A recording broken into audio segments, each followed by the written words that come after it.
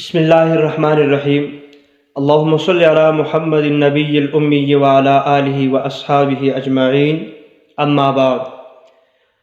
پچھلی نشست میں نے پیغمبر صلی اللہ علیہ وسلم کی دیدار سے متعلق بات کی تھی، اور وہ خواب میں پیغمبر صلی اللہ علیہ وسلم کا دیدار ہونا، اس پر میں نے آپ صلی اللہ علیہ وسلم کا ایک فرمان سنایا تھا کہ پیغمبر کا ارشاد ہے، جس نے مجھے خواب میں دیکھا گویا اس نے حقیقت میں مجھے دیکھ لیا، کیونکہ خواب میں کوئی انسان کسی کو دیکھ لیتا ہے تو ہو سکتا ہے کہ اس کی صورت میں وہ کیا آیا ہو، شیطان آیا ہو۔ تو آپ صلی اللہ علیہ وسلم نے فرمایا کہ شیطان وہ میری صورت میں نہیں آ سکتا ہے، لہٰذا جس نے مجھے خواب میں دیکھا تو اس نے مجھے ہی دیکھ لیا ہے۔ اور پھر اس کے لیے میں نے چند چیزیں ذکر کی تھی، اور وہ وہ 4 چیزیں، ان میں سب سے پہلی جو چیز ہے وہ کیا ہے، نظر کی حفاظت ہے۔ یعنی انسان اگر اپنے آپ کو بد نظری سے بچانا شروع کر دے، اور اس کے ساتھ دوسری جو چیز ہے وہ ہے پاکی۔ پاکی وہ جسم کی بھی پاکی اس سے مراد ہے، اور کپڑوں کی بھی پاکی مراد ہے۔ یعنی کہ انسان رات کو سوتا ہے، لازمی بات ہے، اب خواب اس کو رات کو آئے گا، سوئے گا تو اس کو خواب آئے گا۔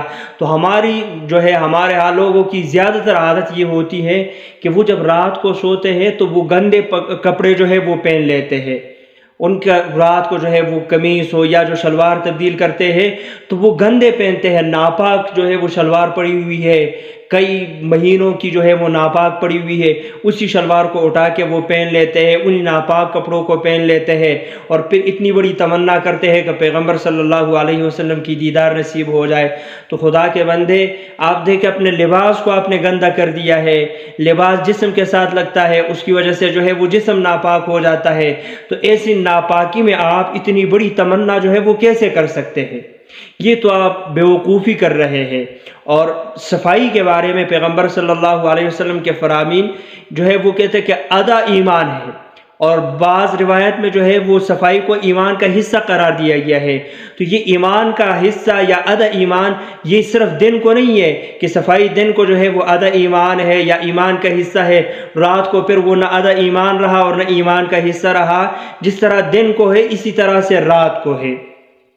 اس کے بعد اگلی چیز وہ درود شریف ہے، کہ جو انسان کثرت سے درود شریف پڑھتا ہے اس کی برکت سے اللہ رب العزت وہ کیا کر لیتا ہے، دیدار نصیب کر لیتا ہے پیغمبر صلی اللہ علیہ وسلم کی۔ اور پیغمبر صلی اللہ علیہ وسلم کے سنت پر عمل کرنا یہ بھی انتہائی ضروری چیز ہے، یہاں تک کہ آپ کا ارشاد ہے کہ اگر تم میرے سنت پر عمل کرنا چھوڑ دو گے تو گمراہ ہو جاؤ گے۔ سنت کا چھوڑنا یہ گمراہی پر دلیل ہے، انسان راہ راست سے ہٹ جاتا ہے۔ ایک بزرگ کا واقعہ نقل کیا گیا ہے، واللہ عالم واقعہ کی حقیقت کیا ہے، یہ واقعہ سندن صحیح ہے یا صحیح نہیں ہے، بہرحال اگر صحیح ہے تو اس میں عبرت بڑی ہے۔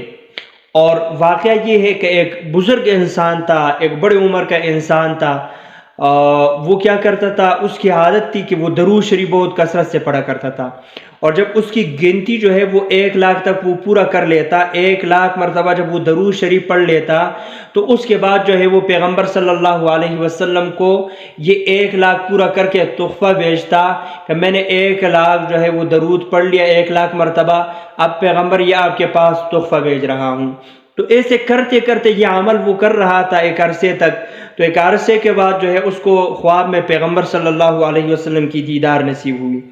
وہ کہتا ہے کہ جب میں نے پیغمبر صلی اللہ علیہ وسلم کو دیکھا تو پیغمبر صلی اللہ علیہ وسلم کا یہ جو گریبان ہے یہ کھلا ہے، یعنی آپ صلی اللہ علیہ وسلم کا سینہ مبارک اس سے نظر آ رہا ہے، اور اس سینے مبارک پر وہ کچھ زخم لگے ہوئے ہیں، مختلف قسم کے وہ چوٹ اور زخم لگے ہوئے ہیں۔ تو بزرگ کہتے ہیں کہ میں حیرت میں پڑ گیا کہ آپ صلی اللہ علیہ وسلم کے سینہ مبارک پر یہ زخم کہاں سے آ گئے۔ تو اسی حیرت کی وجہ سے میں نے آپ صلی اللہ علیہ وسلم سے سوال کیا کہ یہ زخم آپ کے سینے پر کیوں ہے؟ تو آپ صلی اللہ علیہ وسلم نے فرمایا کہ یہ میری امت نے مجھے تکلیف دی ہے۔ تو بزرگ کہتے ہیں ہاں، آپ کی امت نے آپ کو بڑی تکلیف دی ہے، آپ سجدے میں گئے تو آپ پر اوجڑی رکھی گئی، آپ طائف میں تھے تو آپ کے ساتھ وہ آپ کو پتھر مارے گئے، آپ کو فلاں جگہ فلاں جگہ فلاں جگہ۔ تو آپ صلی اللہ علیہ وسلم نے فرمایا نہیں، وہ تو کافر تھے، ان سے تو کوئی اتنا بڑا گلہ نہیں بنتا ہے، یہ تو مسلمان جو میرے امتی ہے، یہ تکلیفیں مجھے انہوں نے پہنچائی ہے۔ تو یہ بزرگ کہتے ہیں میں حیرت میں پڑ گیا کہ یہ کون سی تکلیفیں ہو گئی۔ تو آپ صلی اللہ علیہ وسلم نے فرمایا کہ یہ جو مسلمان میری سنتوں کو چھوڑ رہے ہیں، یہ جو مسلمان میری سنتوں کو ذبح کر رہے ہیں، یہ جو مسلمان میری سنتوں کو پاؤں تلے روز رونتے ہیں، یہ جو میرے مسلمان جو ہے امتی وہ میرے سنتوں سے جو اعراض برت رہے ہیں، یہ وہ زخم ہے جو مجھے میرا مسلمان امتی دے رہا ہے۔ تو یہ کتنی تکلیف دہ بات ہے، ہم معمولی سنتوں کو بہت معمولی سمجھ لیتے ہیں اور ایسے ہی جو ہے ان کو چھوڑ لیتے ہیں۔ ہم کہتے ہیں چلو یہ عمل سنت ہے نا۔